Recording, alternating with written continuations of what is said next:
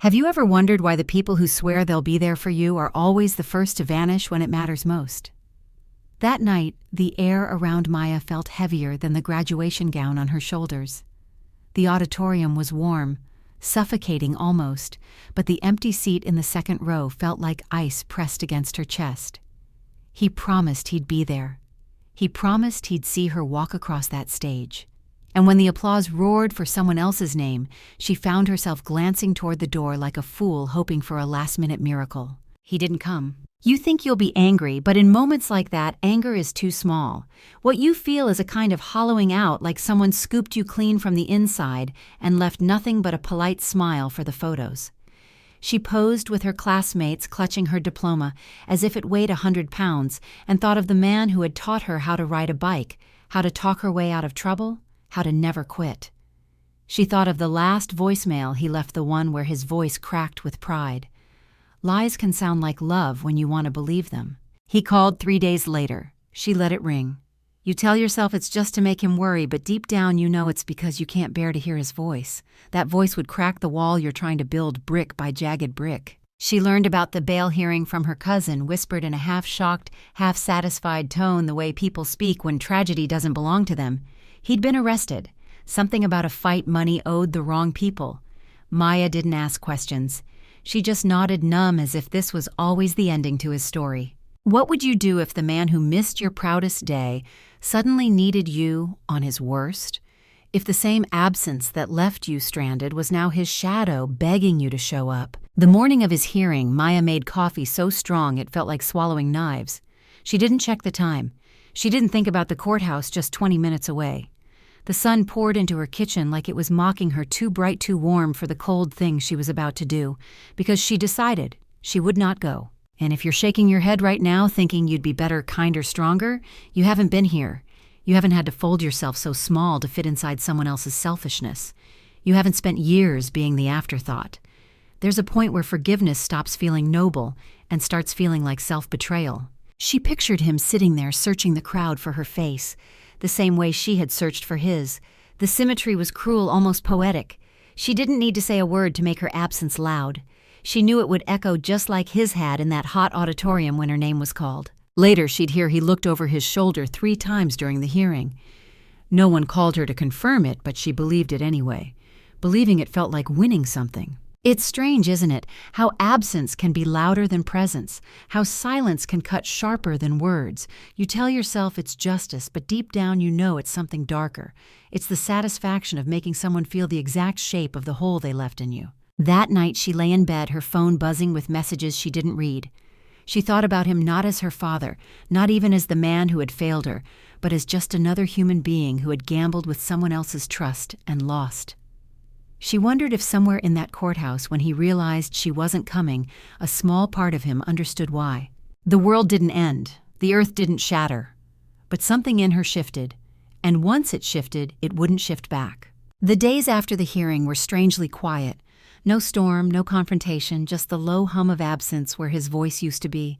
You'd think she'd be relieved, but silence has a way of pressing against your ears until you hear things that aren't there. Phantom apologies, imagined explanations, the ghost of a phone ringing in another room. When the call finally came, it wasn't from him. It was his sister, breathless and sharp the way people get when they're holding in too much judgment. "You didn't come," she said. No hello, no asking how Maya was, just a verdict disguised as a statement. Maya wanted to tell her that showing up isn't something you owe to someone who's made a habit of disappearing. She wanted to tell her that attendance is a currency, and he had spent it recklessly, but instead she just let the silence stretch until her aunt's voice faltered. That's the thing about silence when you own it. It can feel like power. You've probably been taught your whole life that family comes first, that blood is thicker than water. But what they don't tell you is that blood can choke just as easily as it can bind. Maya had spent years pretending the weight of that rope around her neck was love. Now she could finally breathe. Still, there were moments when her resolve felt like glass, one wrong touch and it might shatter.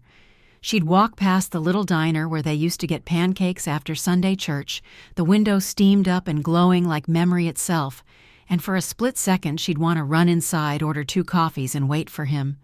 But nostalgia is a liar. It filters out the ugly parts and sells you the illusion of something worth returning to. One evening, her mother stopped by unannounced, carrying that careful smile mothers use when they've come to negotiate peace. "Your father's not doing well," she began, pouring herself tea like she lived there. "He keeps asking about you." Maya laughed, and it startled her mother. Not because it was cruel, but because it was so calm. "Did he ask about me when I was walking across that stage?" she asked. Her mother's hand trembled against the mug, but she didn't answer. You see, sometimes the people closest to you don't understand that forgiveness without accountability is just permission to be hurt again. They confuse endurance with love survival with loyalty. But Maya had started to see the difference. Her friends noticed the change in her. There was a sharpness now, a kind of self-assurance that didn't require anyone else's approval. Some of them admired it. Others whispered about how cold she'd become. They didn't understand that cold isn't always cruelty, sometimes it's insulation. One night, lying awake, she imagined the scene in the courthouse again. His eyes scanning the benches, landing on empty space. She imagined the flicker of recognition, not just that she wasn't there, but that she had chosen not to be. That choice was a mirror, and in it he had to face himself. And isn't that what we secretly want when we're hurt? Not revenge, not even justice, but for the other person to see it, to see the wreckage from our point of view, to sit in the ruins and know exactly who lit the match. Maya didn't tell anyone about the letter that arrived a week later. It was short, the handwriting uneven, the words circling the point without ever touching it. "I'm sorry. I thought I had more time to make things right." She read it once, then folded it neatly and slid it into the back of her drawer. Not because she forgave him, not yet, but because some words aren't meant to be thrown away. They're meant to be kept like evidence. That night, as rain tapped against her window, she realized something. Power doesn't always come from confrontation. Sometimes it comes from restraint, from the choice to withhold the one thing someone believes they're entitled to your presence. And maybe that's the part that unsettles you most, because you know there's someone in your own life who's never truly felt your absence, and you wonder what might happen if they did. The letter became a lodestar she refused to navigate by. It sat in the drawer like a pressed thorn proof that pain could be preserved and still be beautiful in a tragic way. Days bled into each other, the ink of her routines steady and dark. Coffee at dawn, job applications, long walks along the river where the city kept its secrets in the hush of water. She learned the geography of quiet, which streets made her brave, which corners made her small. And sometimes, without warning, she'd feel the world tilt, and you'd feel it with her, that split-second vertigo when the past reaches out and grips your collar. When he finally called, her phone lit up with a number she didn't recognize.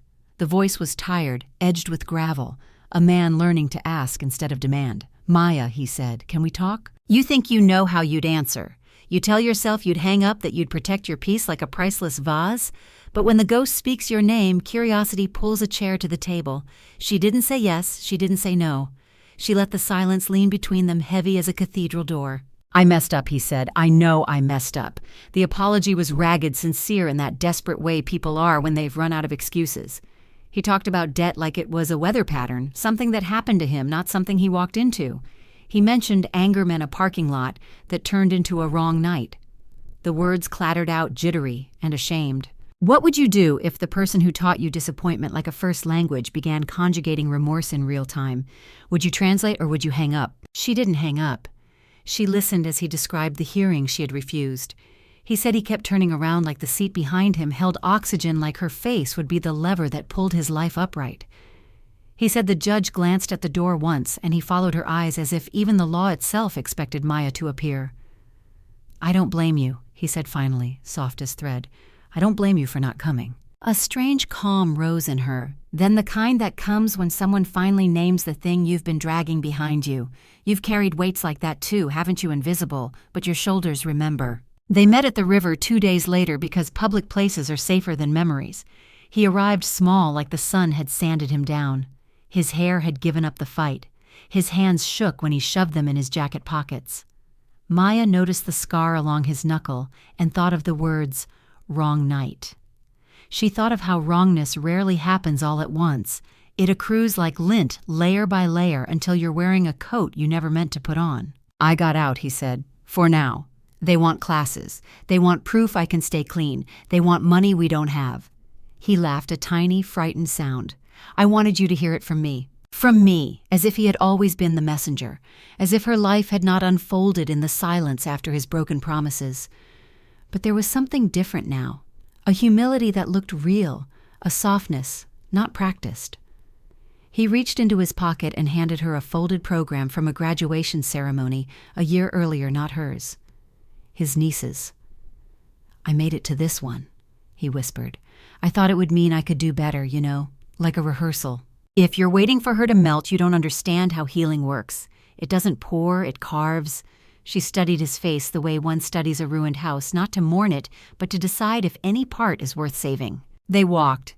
He told her about the men he owed, the ways he'd been clever until he wasn't.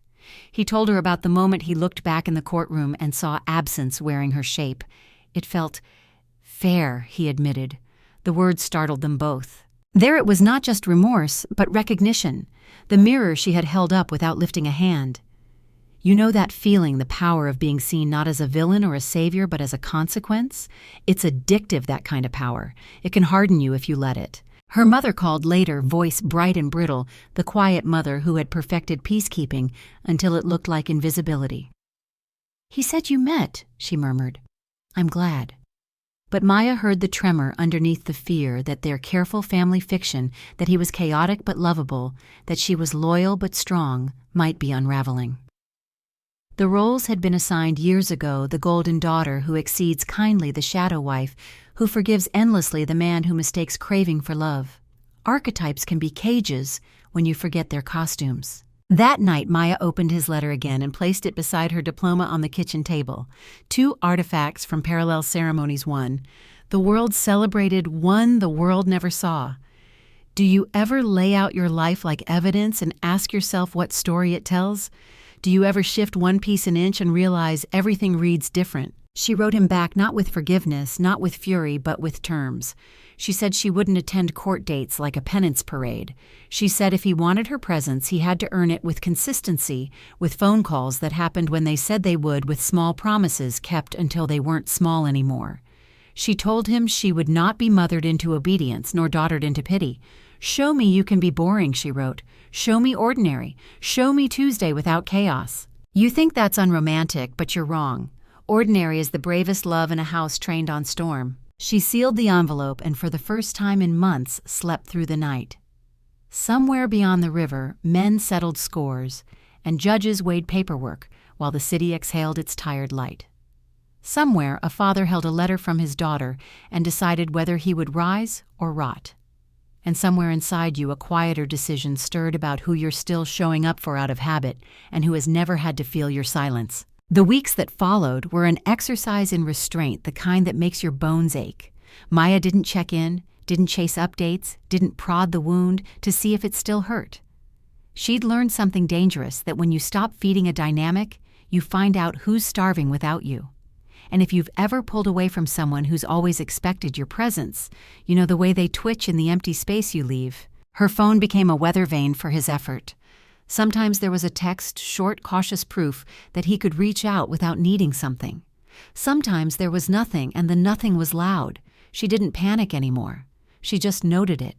You learn to stop measuring love in urgent gestures.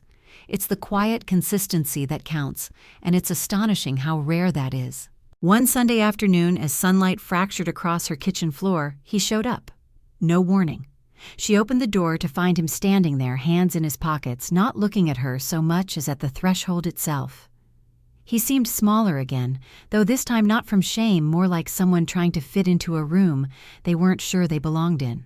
"I paid the first installment," he said. "No greeting. The classes start next week." It wasn't bragging. It was almost a report, as if she were an authority he respected. You might think she'd smile, then let him in, pour coffee, open the chapter where reconciliation writes itself. But here's the truth. Real change is not a single act. It's a pattern. And a pattern needs time to prove itself. She stood there, one hand on the doorframe, and simply said, "Good." That word, small, cool, even landed like a stamp on a form.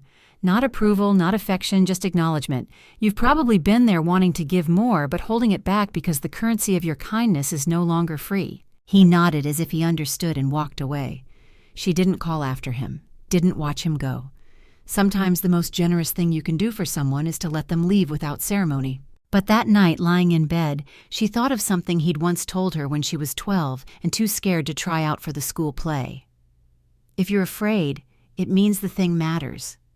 She wondered if he felt afraid now, afraid to fail in front of her again, afraid to keep trying without guarantees.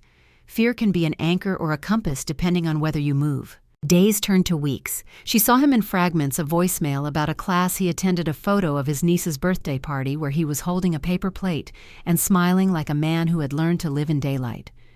These moments were careful, deliberate, and each one was a quiet brick in something he seemed to be building, though neither of them named it. Her mother called one evening, voice softer than usual. "He's different," she said, almost as if confessing a secret. Quieter, like he's listening more. Maya didn't ask to whom. Maybe it didn't matter. Sometimes change begins with learning to listen to yourself, the voice you've drowned out under years of excuses and chaos. And then, just when the air between them had stopped feeling like a battlefield, he asked if he could take her to dinner. Not to talk about the past, he said, not to beg, just to sit at a table and eat food they didn't have to finish in a hurry. She agreed. Not because she was ready to forgive, she wasn't, but because part of healing is testing the edges of what no longer cuts you. They met at a small restaurant tucked between a laundromat and a florist, the kind of place where the tables wobbled and the waitresses called everyone Han. He was early. She noticed it immediately, the way you notice a missing tooth in someone's smile absence where you expected something else. Dinner was ordinary. They talked about her job applications, the rising rent, his classes. No drama, no bait for old arguments. The quiet between them was different now, not the silence of things unsaid, but the space where trust might one day live again. When the check came, he reached for it without hesitation. "You don't owe me this," she said. "I know," he replied. "That's why it matters." Do you understand how radical that is? To give without expecting payment, to show up without a scoreboard. If you've been starved of it long enough, it can feel almost threatening. Walking home, she realized she hadn't once looked for the exits, hadn't braced for the moment he'd disappoint her again. And maybe that was the first real step, not toward him, but toward herself. Because here's the quiet truth. You can rebuild something without intending to live in it again. You can lay bricks just to see if your hands remember how. And sometimes that's enough. Spring came early that year, softening the city in ways Maya hadn't expected. The streets smelled faintly of wet earth and magnolia, and people seemed to walk slower, as if the air itself had loosened its grip. She noticed her own pace changing too, no longer rushing past the things she didn't want to feel.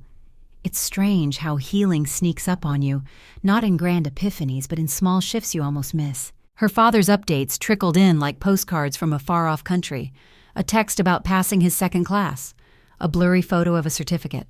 One evening, a voicemail just saying he'd made it to the end of the week without missing a single obligation. They were small victories, but they felt deliberate, earned. And you know as well as I do, it's not the size of the step that matters, it's the direction. One Saturday morning, she found herself at the river again, the same place where they'd met months ago. The water moved slowly, as if rehearsing patience. She sat on the same bench, watching sunlight break itself against the ripples, and for the first time, she let herself imagine a version of their story that didn't end in silence. Not reconciliation, not a return to what was just a steady coexistence. He called that afternoon. His voice had gained something, not confidence exactly, but a steadiness that didn't feel borrowed. "They dropped one of the charges," he said. "The class is the payments, it's working." Then after a pause, "I wanted you to know before anyone else."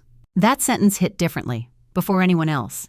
It was an offering, a recognition of the place she used to hold, and the choice he was making to give it back, even if only in pieces. You've probably had moments like that when someone finally shows you the respect you stopped begging for.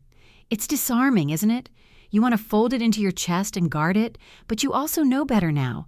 Respect isn't a gift, it's a habit. When they met for coffee the next week, she noticed he was wearing the same jacket as before, but it seemed to fit him differently. Not looser or tighter, just lighter, as if he'd stopped carrying things in the pockets that weighed him down. They talked about nothing urgent. The coffee was lukewarm, the conversation unremarkable, and yet it felt like one of the most important hours they'd shared in years. At one point he said quietly, "I can't change the past, Maya, but I can stop making you regret answering my calls." And there it was, not a plea, not a promise he couldn't keep, but a boundary he was setting for himself. If you've ever waited for someone to grow into that kind of self-awareness, you know the relief feels almost like grief. The real test came when he asked if she'd come to his final hearing. "It's not about me walking free," he explained. "It's about proving I can keep my word." She didn't answer right away. Not because she wanted to punish him, but because she understood what her yes or no would mean. The girl who had stood alone at her graduation would have said no out of self-preservation. The woman sitting across from him now knew she had another option to say yes without surrendering herself. The morning of the hearing, she arrived early. Sat in the second row, the same row where his absence had once burned into her memory. When he walked in and saw her, his eyes widened just slightly, not in shock, but in acknowledgement, like two chess players recognizing the other's move as both inevitable and hard-won. He didn't look back at her again, not once. And she realized that was the point he didn't need to. The power dynamic had shifted. He no longer came undone by her presence or her absence. He carried himself without checking if she was still watching. The verdict was routine. Conditions met probation, reduced, more classes required. When it ended, they stepped outside together. The air was crisp, the kind that wakes you fully. "Thank you," he said simply. "For what?" "For giving me a chance to keep my word." And if you've ever been on either side of that exchange, you know how rare it is. That night, she didn't replay the hearing in her mind. She didn't need to. Something had settled in her, not a clean closure, but a calm acceptance. They might never be the father and daughter from the pictures on the fridge, but they had stopped being strangers who knew exactly where to wound each other, and that she thought might be enough. Summer arrived with a kind of warmth that clung to the skin, slow and heavy, the kind that made you notice the sound of your own breath. Maya found herself walking more, not for exercise, but because movement kept her from lingering too long in any single thought. The city smelled of street food and cut grass, of opportunity and exhaustion. Somewhere in between, she was learning how to live without flinching. Her father's presence in her life had become a quiet rhythm. Not constant, but steady enough to notice when it was missing. A check-in text midweek, a photo of a sunset from the edge of the city where he said the air tastes cleaner. It wasn't much, but it was consistent, and consistency is a language of its own, one she'd waited years to hear him speak. One humid evening, he invited her to a neighborhood cookout. She almost said no. Crowds had never been her refuge, and the idea of walking into his circle with all its history and whispers felt like volunteering for an autopsy.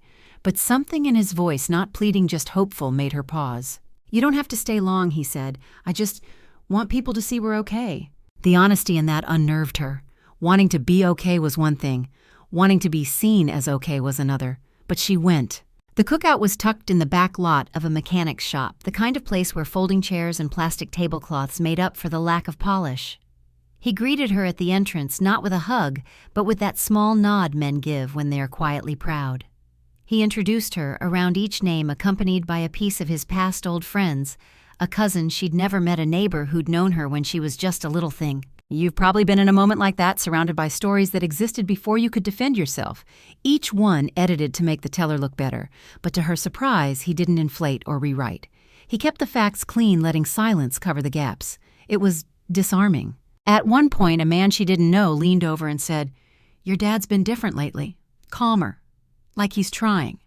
The words landed with a weight she couldn't name. Not joy exactly, but a kind of recognition that maybe her absence had done what years of pleading never could. They left together, walking toward the edge of the lot where the streetlight buzzed like it was tired of holding itself up. "I didn't think you'd come," he admitted. "I almost didn't," she said. "But I figured showing up once doesn't erase the times you didn't. It just proves I can choose differently." He nodded, and they didn't speak for the rest of the walk. That was new, too, the absence of pressure to fill silence with promises or apologies. Weeks later, they met again at the river. The air was thick with the scent of rain, the water sluggish and dark. He told her he'd finished another class, made another payment. Then, after a long pause, "I'm not asking for a clean slate. I'm just asking for a fair one." Fair. The word curled in her chest like something fragile and dangerous, because fairness wasn't forgiveness. Fairness was earned. And maybe you felt it too that moment when you realize the power you hold isn't about revenge, but about defining the terms of peace. By late August, she noticed something strange. She no longer kept mental score. Not of his appearances, not of his failures. It wasn't amnesia and it wasn't absolution. It was simply the absence of need. She didn't need him to prove anything for her to know she'd survived him. The last time they met that summer, they sat at a diner as rain hammered the roof. He asked about her work, her friends, the little things that make up a life. And then out of nowhere, he said, "I know now that I missed more than your graduation that day. I missed the chance to show you I saw you." It wasn't enough to fix the past, but it was enough to make her see the present differently. They were no longer trapped in the loop of offense and defense. They were just two people at a table, each holding their own weight, no longer trying to shift it onto the other. When she left, the rain had stopped. The air smelled clean, and somewhere between the door and her car, she realized she wasn't walking away from him anymore. She was simply walking forward. Autumn came with a sharpness that cut through the heat of summer, the kind of air that makes you feel both awake and exposed. Leaves scattered along the sidewalks like secrets too heavy to keep. Maya noticed the light changing softer but also more honest the way it illuminated the corners you'd been ignoring. Her father's life seemed to be holding steady. There were no frantic calls, no whispers of new trouble, just small, consistent check-ins like pebbles dropped into a pond. Ripples, but no waves. For the first time, she started to believe he might actually be learning how to stand still without tipping into chaos. One crisp Saturday, they met at a flea market. She hadn't planned to buy anything, but he lingered over a table of old records, tracing the covers like they were maps. "Your mother used to love this one," he said, holding up an album with a worn midnight blue sleeve. His voice was neither wistful nor bitter, just matter-of-fact, as though the past could exist without bleeding into the present. It struck her then how much their conversations had changed. They no longer circled the old wounds like vultures. They could talk about memories without them becoming weapons. And maybe you felt that too the moment you realize a subject that once triggered war now sits quietly on the table, no longer loaded. As they wandered through the stalls, she caught him watching her the way people do when they're taking inventory not of what's missing, but of what's there. It wasn't the gaze of a man waiting for permission or forgiveness. It was simply human. They stopped for coffee, sitting on a splintered bench beneath a bare tree. He told her about a job he was trying to get, steady hours, decent pay. "I don't want to owe anyone anything anymore," he said. "Not even me?" she asked lightly. "Especially not you," he replied. Those words sat between them like a final, unspoken agreement. That their relationship could exist without debt, not emotional, not financial, not the kind you keep in the back of your throat. By late October, she realized she hadn't replayed the day of her graduation in weeks. The memory was still there, but it no longer felt like a fresh bruise. It was more like a scar now, a reminder, but not an open wound. Then came the message, a simple text.